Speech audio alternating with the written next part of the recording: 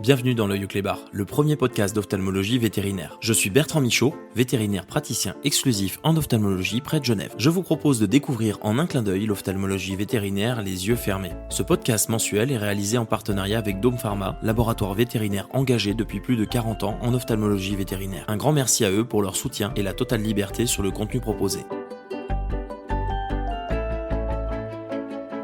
Bienvenue dans l'Œil au Clébar. Aujourd'hui, on va parler des poils dans l'œil de nos poilus. J'ai le grand plaisir d'accueillir Amandine Bessona. Bonsoir Amandine. Bonsoir Bertrand.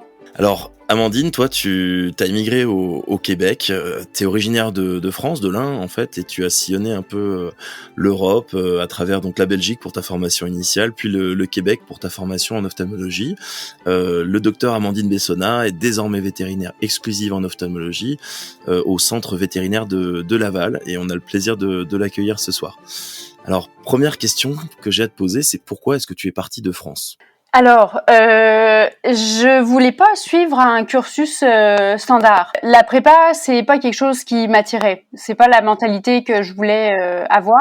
Et j'ai toujours voulu voyager, découvrir d'autres cultures, d'autres horizons. Et j'ai eu l'opportunité j'ai eu la chance d'avoir été sélectionnée au tirage au sort en Belgique.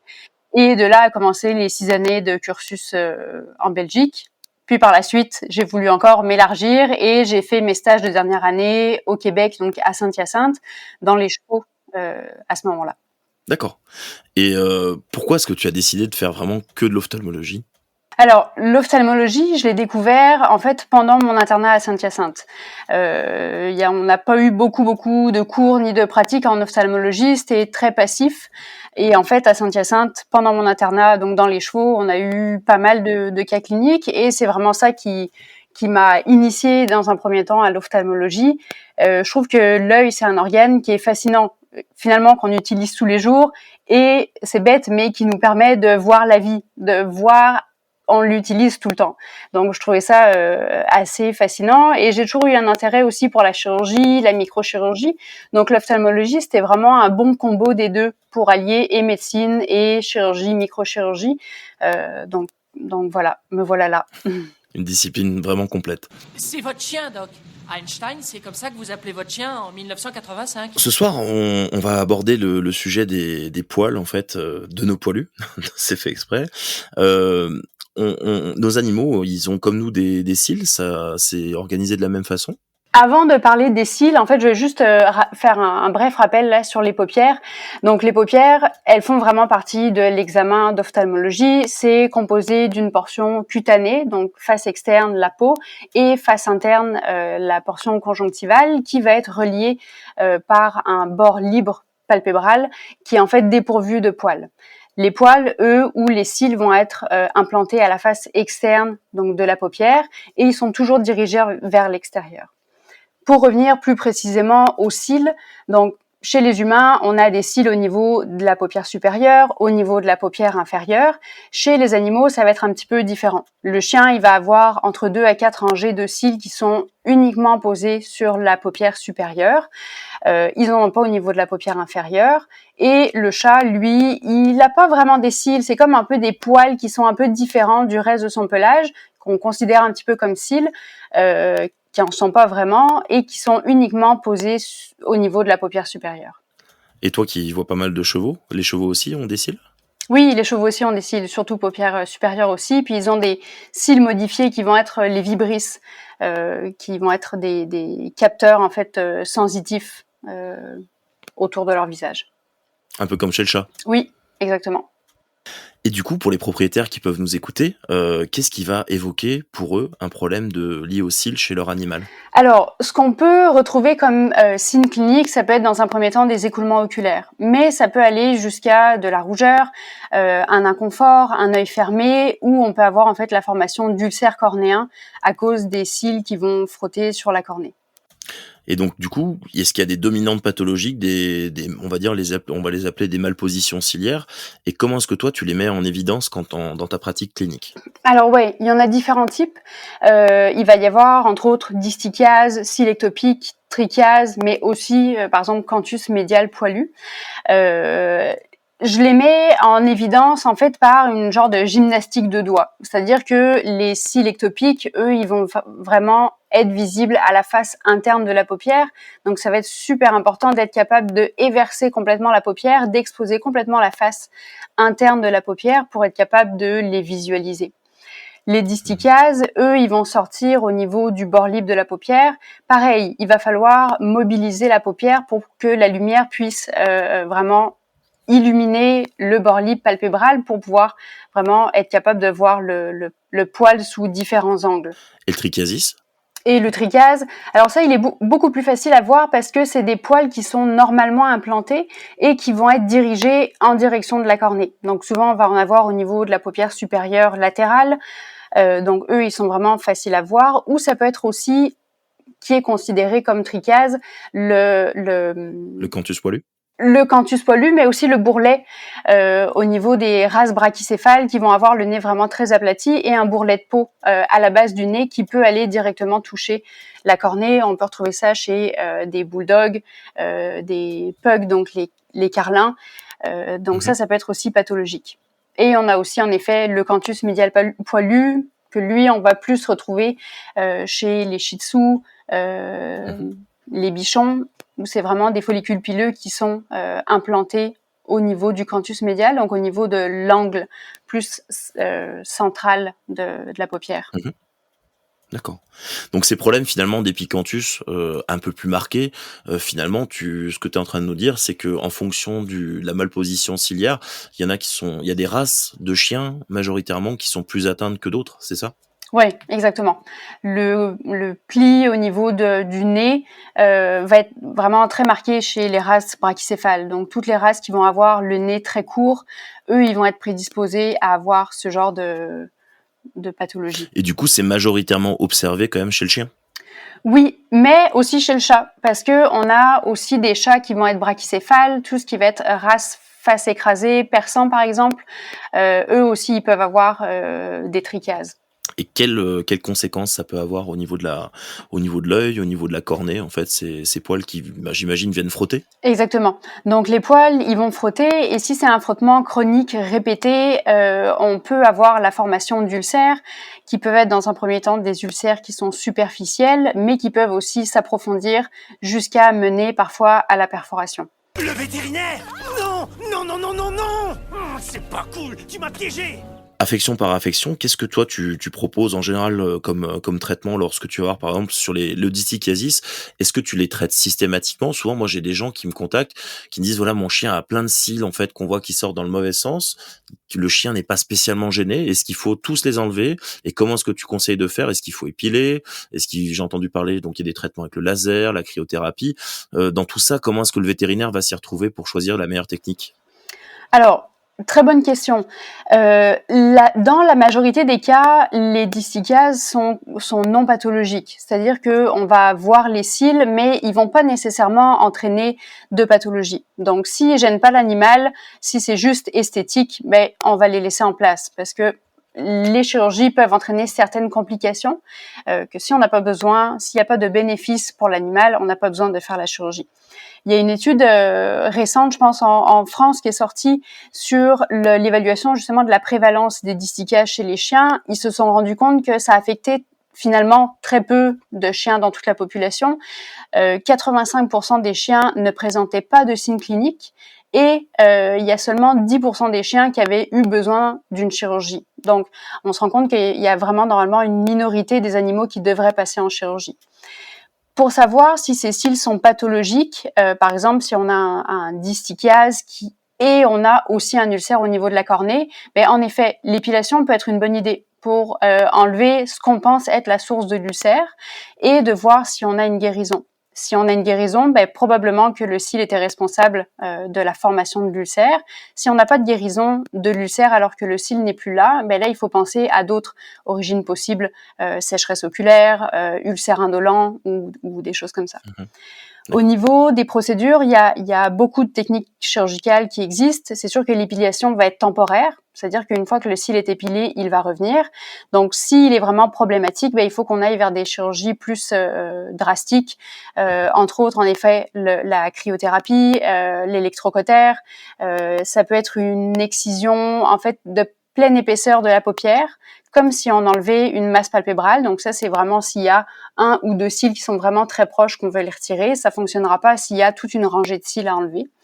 L'inconvénient de cette procédure, c'est que ça va raccourcir la longueur de la paupière, alors que le chien pourrait en avoir besoin pour la suite si jamais il développe une masse palpébrale. On peut aussi faire une technique chirurgicale qui vise à éverser la paupière et d'aller retirer directement les follicules pileux, en fait d'aller enlever une tranche de conjonctive palpébrale qui contient les follicules pileux. Alors ça c'est facile à faire s'il y en a quelques-uns. Si c'est toute une rangée, comme toute la rangée de la longueur de la paupière, on peut avoir des complications comme un entropion cicatriciel ou encore une diminution de la qualité des larmes. Donc d'où le fait qu'on revient un peu à la conclusion initiale, c'est que s'il n'y a pas besoin de faire la chirurgie, on ne veut pas faire la chirurgie parce que ça peut entraîner des complications qui peuvent être néfastes sur la qualité de vie. Est-ce que tu conseilles du coup de cibler en fait les cils que tu vas viser? En fait, par exemple, si tu as une rangée entière, est-ce que tu sondes plutôt sur la partie centrale de la zone atteinte ou est-ce que tu vas vraiment tu vas retirer tous les cils qui sont en distichiasis? Alors, j'ai jamais eu l'occasion de devoir enlever toute une rangée. Souvent, c'est plutôt certains cils qui vont être plus épais, plus longs, plus dirigés vers la cornée, et c'est ceux-ci que je vais préférer retirer. C'est sûr que si tous les cils sont épais, durs et dirigés contre la cornée, à ce moment-là, on n'aura pas le choix de devoir les retirer. Et j'imagine pour que le cil ectopique, les techniques sont assez proches? Oui, exactement. Pour le cil ectopique, moi j'aime bien passer par la face conjonctivale de la paupière. Donc j'éverse la paupière et avec un biopsie punch, on va aller en regard du follicule pileux pour aller le retirer. Et en finalité, moi je trouve sur ces cils ectopiques le plus difficile, c'est le diagnostic et nombre de fois où on peut passer à travers parce que des fois moi je pense qu'il faut même pas avoir peur lors de l'examen d'anesthésier localement l'œil, déverser. Moi j'utilise éventuellement des petites baguettes en bois en fait pour récolter d'habitude en fait le gel échographique pour éverser la paupière à fond et d'appuyer, de presser dessus parce que des fois on les fait sortir alors qu'ils sont pas visibles, juste en retournant la paupière et en pressant sur la paupière, tu les fais sortir un peu comme des champignons vont sortir de la forêt. C'est un peu le même principe. Et j'explique aux gens des fois que même il faut tranquilliser l'animal pour aller explorer ses conjonctives. C'est ça ? Exactement. Pour des animaux qui vont avoir des paupières un peu plus, je dirais un peu plus serrées, parfois c'est difficile de déverser. Les chiens avec des grandes paupières, tout ce qui va être bulldog, qui ont beaucoup plus de peau, ça va être beaucoup plus facile de les éverser. Bien que la chémose normale de ces paupières-là peuvent nous rendre le travail un petit peu plus difficile. Mais en effet, c'est super important d'avoir une bonne lumière, de faire ça avec un ophtalmoscope ou une lunette grossissante ou une lampe à fente si on en a une. À l'œil nu, c'est quasi impossible de visualiser les cils ectopiques. Il y a une chose qui peut éventuellement être indicatrice, c'est que dans à peu près la moitié des cas, il va y avoir une petite auréole de pigment autour de la sortie du poil, face conjonctivale. Donc ça peut parfois être un petit peu indicateur ou nous aider un petit peu à voir où est-ce qu'on doit chercher un petit peu plus. Et il y a des cas où j'utilise aussi la fluorocéine que je mets dans l'œil. Souvent autour soit des distichiases, soit des cils ectopiques, il va toujours y avoir un petit peu de mucus qui va être retenu et donc le colorant va pouvoir teinter ce mucus et donc ça peut éventuellement faciliter la visualisation. Ça marche pas tout le temps, mais quand ça marche, on est content. C'est un peu comme une chasse au trésor en fait. Exactement. C'est pas pour les petits chiens là-dedans et t'es fixe. Attends-nous ici. Est-ce qu'il y a des moyens de prévenir justement ces malpositions ciliaires? Alors on a parlé du dischiasis et du cil ectopique, ça semble assez peu probable, mais dans le contexte par exemple d'un animal qui a un épicanthus assez marqué, un pli du nez assez marqué, qui est assez velu, qu'est-ce que toi tu conseilles aux propriétaires ou aux vétérinaires de réaliser? Alors pour la prévention, alors c'est sûr que la prévention selon moi devrait déjà se faire dans la sélection des parents pour la génétique. C'est-à-dire qu'au plus on sélectionne des nez courts, au plus on sélectionne des pathologies qui sont déjà chez les parents, au plus on risque de les avoir chez la descendance. Pour ce qui est du canthus poilu, il y a la possibilité de faire une chirurgie qui va être une canthoplastie médiale, qui vise en fait à retirer les poils qui poussent au niveau du canthus médial, pour éviter justement les frottements de ces poils-là. L'inconvénient, entre guillemets, c'est que ça va raccourcir un petit peu la longueur de la fente palpébrale, donc ça change un petit peu le look du chien avec des yeux un petit peu plus ronds plutôt qu'en amande. Mais en même temps, si c'est pour prévenir d'avoir des ulcères récidivants, c'est une bonne chose. C'est sûr. Est-ce qu'il y a un intérêt de tailler les poils, de conseiller aux propriétaires d'aller faire toiletter leur animal plus souvent lorsqu'ils ont des poils qui rebiquent, comme par exemple dans l'exemple du trichiasis? Alors oui, en effet, ça peut être une bonne chose de les couper. La seule chose, c'est que si on les coupe, il faut toujours qu'ils soient gardés courts. Parce que ce que j'ai remarqué, c'est qu'il y a des animaux qui se font couper les poils, puis quand ça arrive à une certaine longueur, là on se retrouve avec une extrémité de poil qui va être plus dure, plus un peu abrasive, et donc c'est ces poils-là qui vont être éventuellement plus nocifs, plutôt qu'un poil qui va être long, effilé, fin. Donc oui, si on commence à les couper, il faut s'y tenir et les garder toujours courts. Dans le cadre de l'examen ophtalmologique, c'est quoi finalement, quels sont les pièges qui sont à éviter pour les vétérinaires pour pas se faire avoir par ces cils qui sont souvent mal positionnés? Alors, il faut être certain que le cil qui est en cause, qu'il y a vraiment un cil qui soit pathologique. D'où en fait l'épilation pour confirmer qu'on a besoin ou pas d'une chirurgie. Et tu nous as parlé de la fluorescéine. Est-ce que toi, tu as d'autres trucs que la fluorescéine pour éviter de passer à côté d'une malposition ciliaire? Alors, la fluorescéine, je l'utilise pas tout le temps parce que avec les instruments qu'on a en pratique exclusive d'ophtalmologie, je l'utilise pas. Ce que je vais beaucoup utiliser, ça va être la pigmentation péricile au niveau de la face conjonctivale, mais en fait c'est surtout la lampe à fente et le grossissement avec une bonne luminosité. Ouais, donc vraiment le matériel d'examen qui est vraiment le plus important. Exactement. Puis la forme et aussi la localisation de l'ulcère va nous aider. C'est-à-dire que les ulcères secondaires à des cils ectopiques, je trouve qu'ils sont généralement très circulaires et ils sont pas au centre de la cornée. Ça veut dire qu'ils vont soit être dans la moitié dorsale si le cil ectopique est dorsal ou dans la moitié ventrale si le cil ectopique est ventral. Donc ça peut éventuellement nous aiguiller un petit peu vers où est-ce qu'on va rechercher éventuellement le cil ectopique. Pareil, si jamais il y a un disticase qu'on pense être responsable de l'ulcère, est-ce que le disticase est en regard de l'ulcère? Si on a un ulcère en latéral mais qu'on a une touffe de disticase en médial, il y a probablement aucun lien entre les deux. Et moi je trouve aussi qu'on a souvent surtout lors de cils ectopiques, des ulcères qui sont très caractéristiques. Moi je les appelle des ulcères en tranchée ou en sillon, comme si on avait raboté en fait une planche de bois jusqu'à ce qu'il y ait un sillon qui soit formé au milieu. Et ça à force d'expérience, je trouve qu'on les diagnostique quasiment quand on commence à regarder un peu en lampe à fente, on le voit tout de suite. Ouais, exactement. Moi, j'ai eu des cas d'ulcères très typiques de cils ectopiques pour lesquels j'étais persuadée qu'il y avait un cil ectopique. Finalement, il n'y en avait pas. Mais c'est des cas où c'est ça, on a juste à poser la lampe à fente sur les yeux et on a déjà une idée de où est-ce qu'on doit chercher et qu'est-ce qu'on va trouver. Il y a des exceptions, mais... Hormis tous ces cils, finalement, qui vont nous embêter, des fois, tu nous as évoqué que la paupière peut elle-même s'enrouler et générer, en fait, ce qu'on appelle un entropion. Est-ce que tu peux nous expliquer un peu plus en détail dans quel cas on va observer ce genre de phénomène d'entropion? Oui. Alors, les entropions, ça va être important de différencier soit l'entropion primaire ou l'entropion secondaire. C'est-à-dire que l'entropion primaire, ça va être un enroulement de la paupière, que ce soit la paupière du haut ou la paupière du bas, qui est primaire, c'est-à-dire que c'est lié à la conformation des paupières. Généralement, on a ça chez des animaux de quelques semaines à quelques mois. Et ça, on doit le différencier de l'entropion qui va être secondaire, qui lui est plutôt un entropion spastique, pour lequel l'animal présente un ulcère, présente de l'inconfort, il va y avoir du blépharospasme, et il va contracter ses paupières, et pour peu qu'elles soient un petit peu trop longues ou qu'elles manquent un peu de tonus, on va avoir l'enroulement. Puis forcément, cet enroulement va aggraver l'ulcère, etc. Donc c'est super important quand on a à un examen un chien qui présente un ulcère et un entropion, de savoir un peu qui est la poule et qui est l'œuf pour pouvoir prendre en charge correctement l'animal.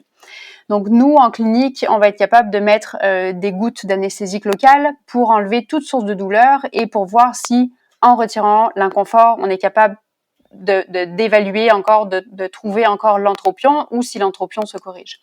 Si l'entropion persiste et qu'en plus c'est un jeune animal, l'entropion est très probablement primaire avec un ulcère qui lui va être secondaire. T'as une seconde, Franck? Désolé, Cam, je suis à la bourre, mon vol parle. Ah! Pas le chien sans collier, appelle la fourrière! Tu parlais des formes précoces, là justement, avec des jeunes animaux, donc sur les formes, on va dire, congénitales d'entropion. À quel âge, toi, tu préconises de corriger ça et avec quelle technique éventuelle tu peux temporiser la présence de ces entropions? Ouais.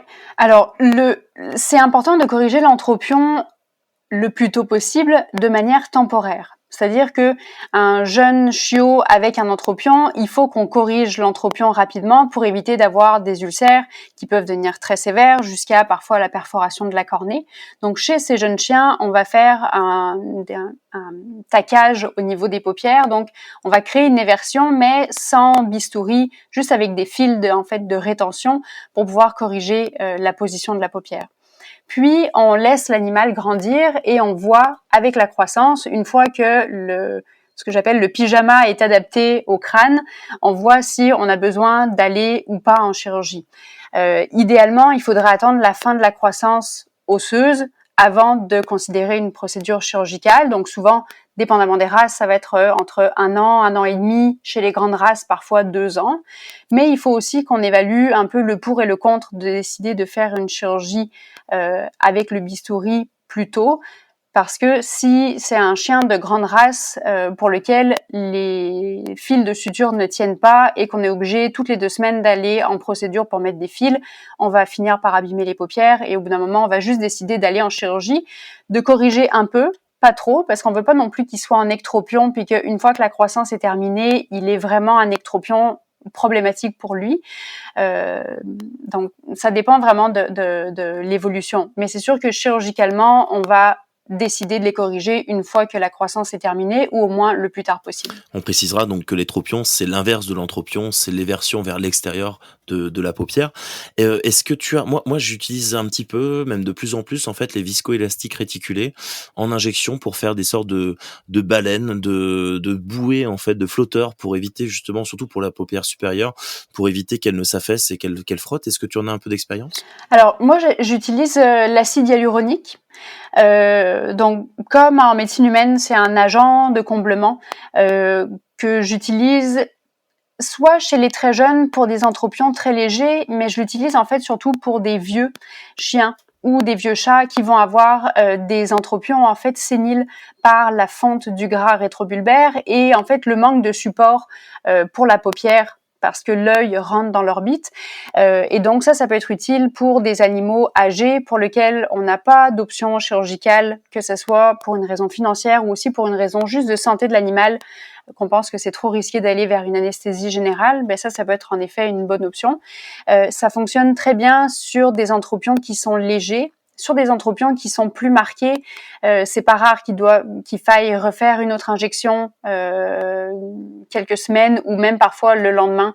Je trouve que la correction n'est pas suffisante, on décide de rajouter une ligne d'injection. Ouais.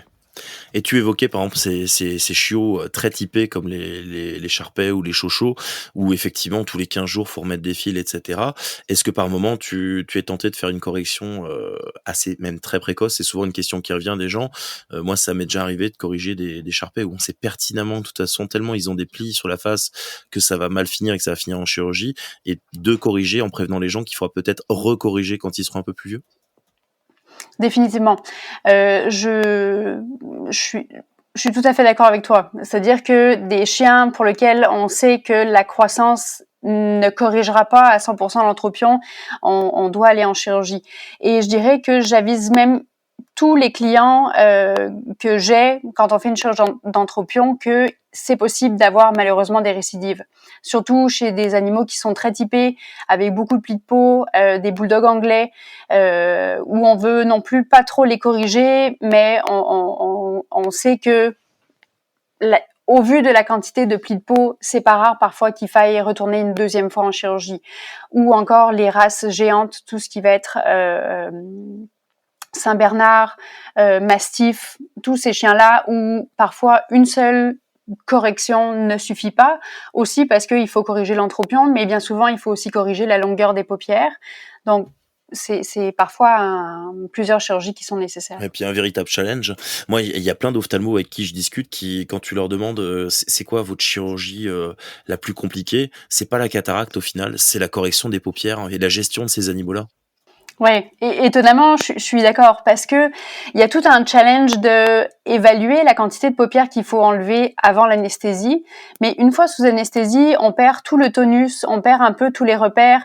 Il y a une enflure qui se met en place quand même assez rapidement dès qu'on a commencé à couper, à disséquer, et qui en effet peut augmenter le challenge de savoir est-ce qu'on en enlève plus, est-ce qu'on n'en enlève pas assez en ce moment, et le direct post-opératoire avec l'enflure qui est toujours impressionnant, où on a toujours l'impression qu'on en a enlevé bien de trop, puis finalement on est juste correct.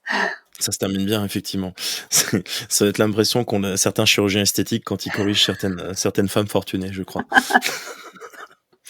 Mais au final, comme toute chirurgie en ophtalmologie, pourquoi est-ce qu'il y a autant de techniques de correction d'entropion au final? Alors, ouais, les techniques, il y en a vraiment beaucoup.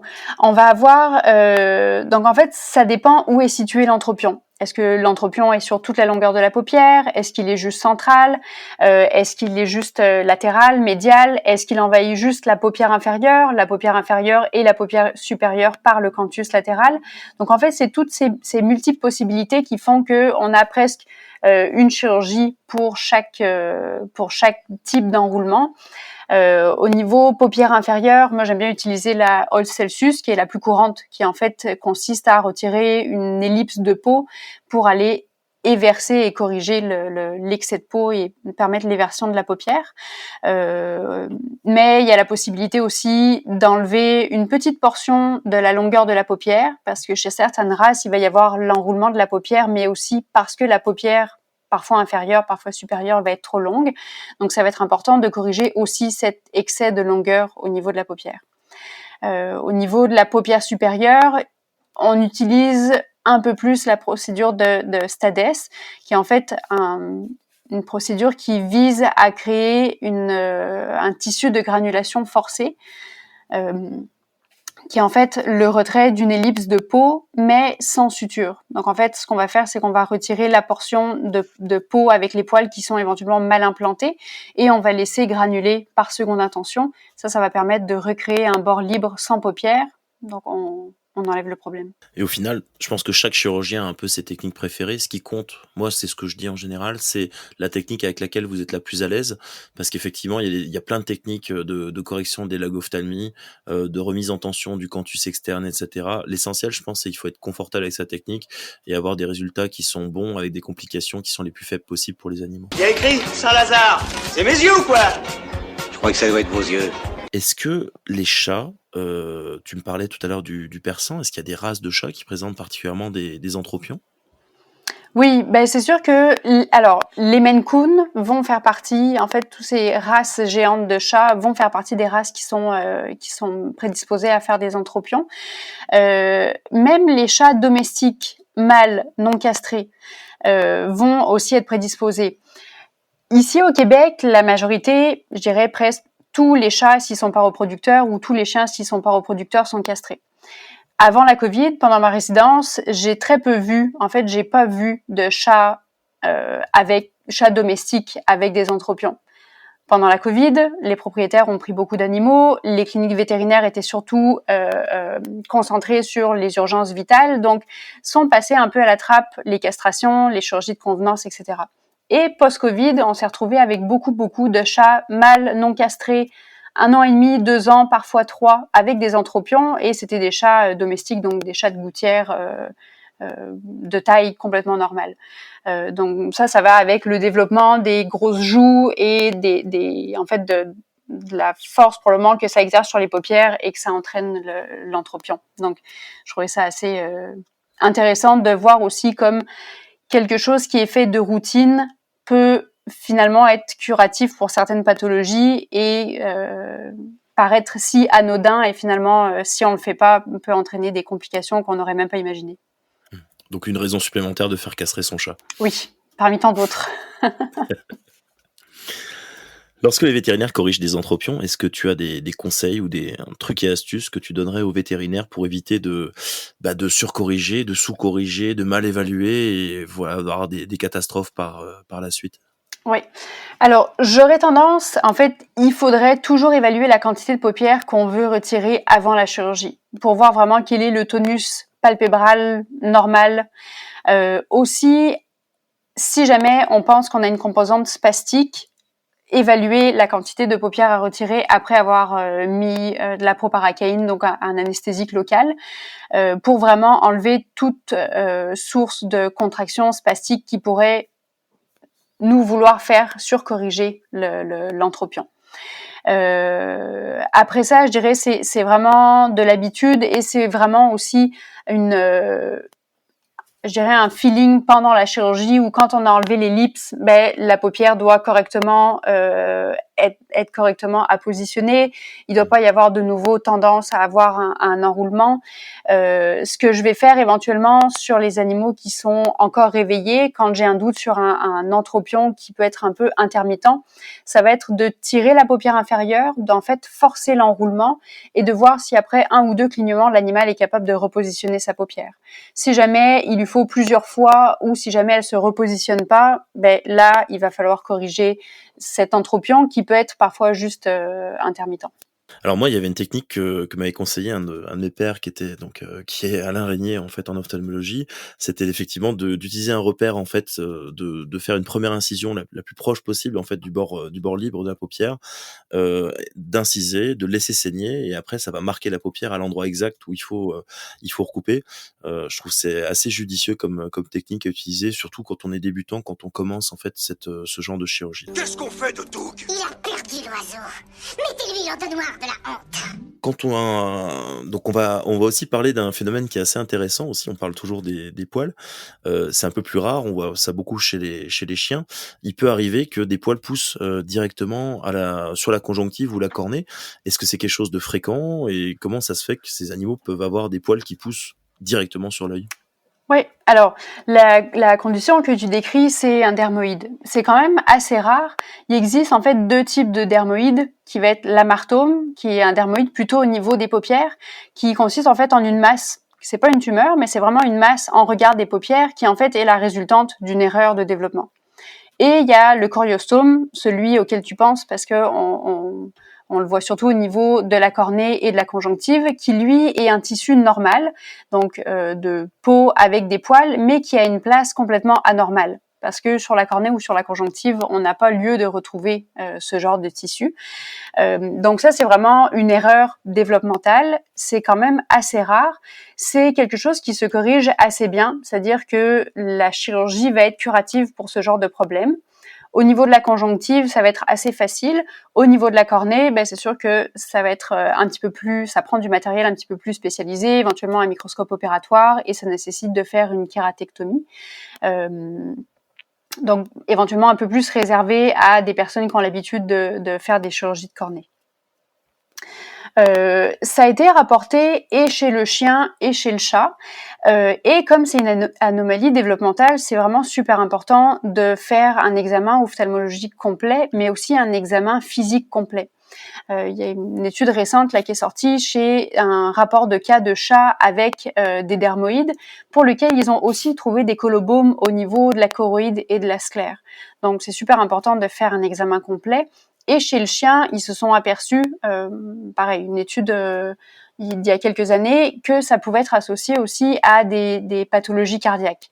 Je pense pas qu'il y ait de lien qui ait été établi, mais comme c'est une anomalie développementale, s'il y en a une au niveau de l'œil, pourquoi pas est-ce qu'il y en a dans le reste du système? Donc, chez ces animaux-là, même si c'est localisé uniquement au niveau de l'œil, ça va être pertinent vraiment d'aller faire un examen complet pour exclure qu'il n'y ait pas d'autres anomalies congénitales présentes. Moi, ça m'est arrivé un coup comme ça sur un dermoïde assez marqué conjonctival chez un chien, d'avoir donc sur un carlin, au moment de l'intubation, au moment d'ouvrir la bouche, il avait une énorme touffe de poils en fait qui était bloquée au palais. Donc ça peut arriver effectivement partout en fait, hein, donc d'avoir du tissu ectodermique qui va arriver sur du mésodermique. Donc ça, c'est quelque chose d'assez assez rigolo. Quoi? Non, attends, il fait quoi avec ses yeux? Oh, ils grossissent! En parlant de choses un peu originales comme ça, et pour terminer, est-ce que toi, tu as une anecdote à nous raconter dans ta pratique vétérinaire, puisque ça fait maintenant plus de 10 ans que tu es vétérinaire. Est-ce qu'il y a un épisode qui t'a marqué ou chose comme ça que tu aimerais nous raconter? Alors, une des anecdotes, c'était l'histoire des chats au Québec non castrés, parce que ça m'avait quand même assez marqué, mais on en a déjà parlé. Peut-être éventuellement une proptose que j'avais eue sur un chien pour lequel j'avais pas vraiment d'évidence d'IFEM, mais quand même une difficulté d'aller voir le segment postérieur. J'avais décidé de faire une échographie juste pour me convaincre qu'il fallait retirer cet œil-là. Et au niveau de l'échographie, j'avais vraiment plein de changements hyper échogènes dans le segment postérieur et impossible de trouver le cristallin. Donc, je convainc les gens de devoir aller en énucléation, je retire le globe, finalement je me rends compte qu'il y a une lacération au niveau de la sclère, donc très bonne idée d'avoir été retiré cet œil-là. Et qu'est-ce que je trouve au fond de l'orbite? Le cristallin. Donc je trouvais ça assez incroyable de le retrouver comme ça, en dehors de son orbite, après une morsure de chien, alors que j'aurais jamais pensé qu'on puisse retrouver ça là-bas. Le chien l'avait opéré, il a fait une extraction du cristallin. C'est ça, exactement. Amandine, je te remercie énormément pour avoir participé à cet épisode. Tes propos étaient très clairs et je pense que les auditeurs ont beaucoup apprécié ce point focus sur des éléments qui sont parfois compliqués et on se mélange un peu les pinceaux entre les différents types d'affections capillaires, on va dire, de nos poilus.